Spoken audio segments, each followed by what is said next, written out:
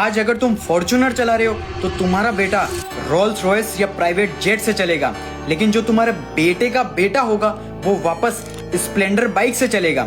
अब तुम सोच रहे हो इतना बड़ा भेदभाव क्यों?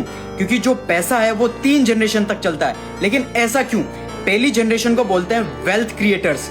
ये वो लोग होते हैं जिन्होंने पैसे की बहुत कमी देखी है, बहुत गरीब बैकग्राउंड से आते हैं, बहुत मेहनत करते हैं और पैसा बनाते हैं। अब इन्होंने बहुत मेहनत करके पैसा कमाया तो ये पैसे की असली वैल्यू बहुत ज्यादा करते हैं। ऐसे लोग तुम्हें महंगी महंगी गाड़ियों में या क्लब्स में पार्टी करते हुए नहीं दिखेंगे। इन्हें ये पता है कि कितनी मेहनत से हमने ये पैसा कमाया, जिसे कि तुम्हारे माँ बाप हो गए या दादाजी हो गए। इन लोगों के पास पैसा बहुत सारा है पर बहुत ज्यादा पैसा बचाते हैं क्योंकि इन्होंने गरीबी देखी हुई है। उसके बाद आती है सेकंड जनरेशन, जिसे बोलते हैं वेल्थ मैनेजर। तो इस जनरेशन ने अपने माँ बाप का स्ट्रगल देखा हुआ है तो इन्हें पैसे की वैल्यू बहुत अच्छे से आती है। फॉर एग्जाम्पल, धीरूभाई अंबानी ने बहुत मेहनत करी और मुकेश अंबानी ने वेल्थ को बढ़ाया और बहुत ज्यादा ग्रो करवाई वेल्थ, इसलिए सेकंड जनरेशन फुल मौज करती है। मुकेश अंबानी को ही देख लो, लग्जूरियस लाइफ, करोड़ों की शादियां करवा रहा है बेटों की। लेकिन सबसे बड़ी प्रॉब्लम होती है थर्ड जनरेशन के लिए, क्योंकि जब वो पैदा होते हैं तो लग्जरी इन्वायरमेंट के अंदर पैदा होते हैं। मतलब उन्हें कुछ भी पता नहीं होता कि गरीबी क्या होती है। For example,